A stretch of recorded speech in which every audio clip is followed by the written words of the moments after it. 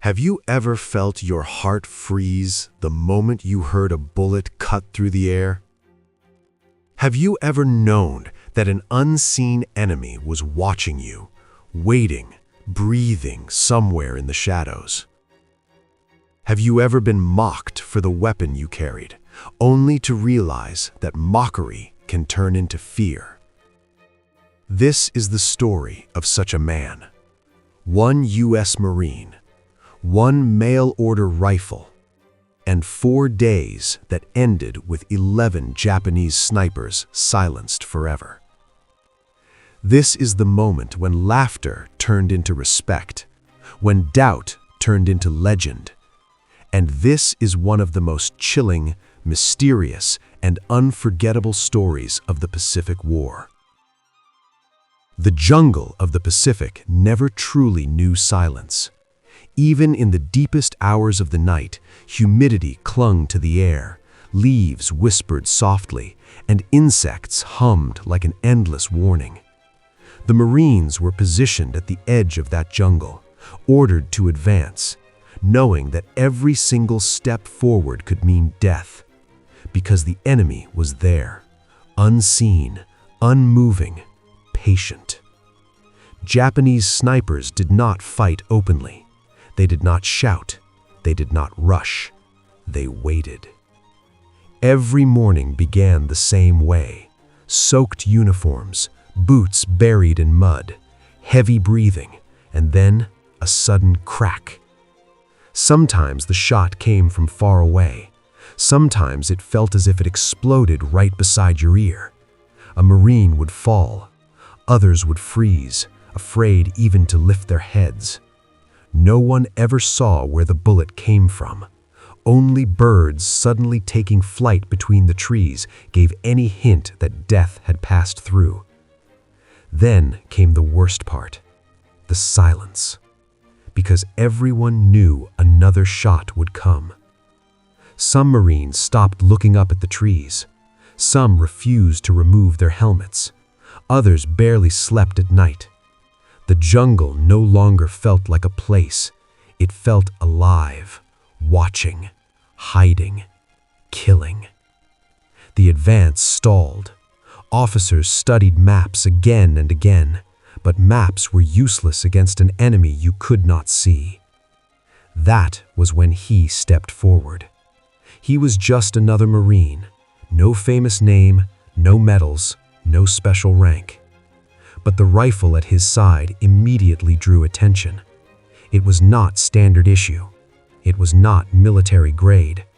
It was a hunting rifle, a Winchester Model 70, ordered through the mail, the kind of rifle meant for deer, not war. Some Marines laughed. Others shook their heads. "You can't fight Japanese snipers with that," one said. "That's a toy," another mocked. He said nothing. Calmly, quietly, he laid the rifle down and began to clean it. Every movement was slow and deliberate. No rush, no tension. He checked the bolt, wiped the scope, ran his fingers along the wooden stock as if reassuring an old friend. This rifle gave him confidence. He was not a trained military sniper, but he had spent a lifetime judging distance, reading wind, waiting patiently. He had hunted in mountains, learned how to observe, how to wait without moving, how to strike only when the moment was right. Next day, another Marine was killed. The shot came from close range. Again, no one saw the shooter. Fears spread through the unit. Some openly said they were going to die there. The officers had no answers. That was when the quiet Marine spoke again. His voice was calm, steady. He asked for permission to go into the jungle and hunt the snipers. The officers looked at one another, then at his rifle. Finally, they agreed.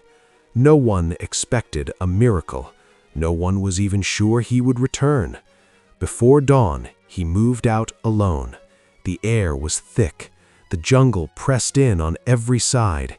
Insects buzzed around his face. Slowly, carefully, he advanced, measuring every step. Inside the jungle, time lost all meaning. He chose his position, a patch of shadow, slightly elevated ground. He lay down and waited. Hours passed. Nothing. The sun climbed higher. The heat became unbearable. Sweat soaked his clothes.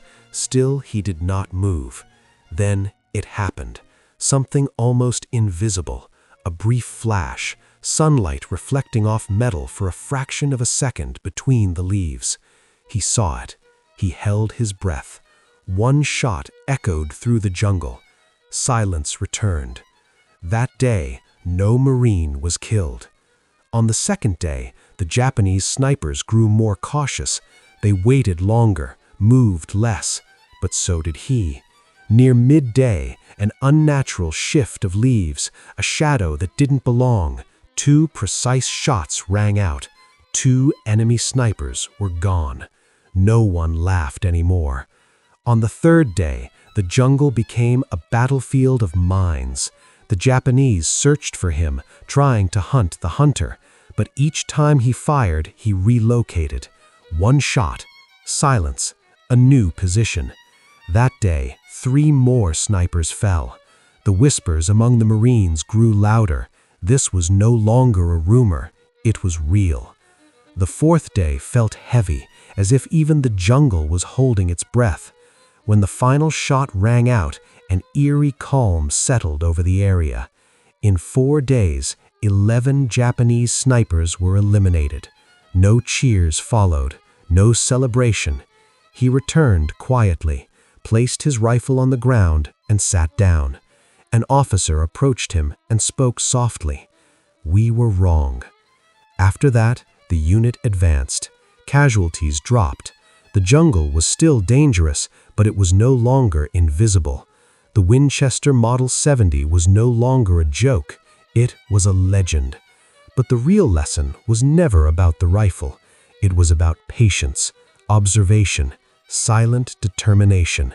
Because in war, sometimes the most powerful weapon is not the bullet, it is silence. That story stayed with every Marine who heard it, a reminder that mockery and doubt cannot stop death, only discipline, awareness, and resolve can. From that day forward, every new soldier knew the truth. Real power does not live in the weapon, but in the eyes, the heart, and the patience of the one who holds it.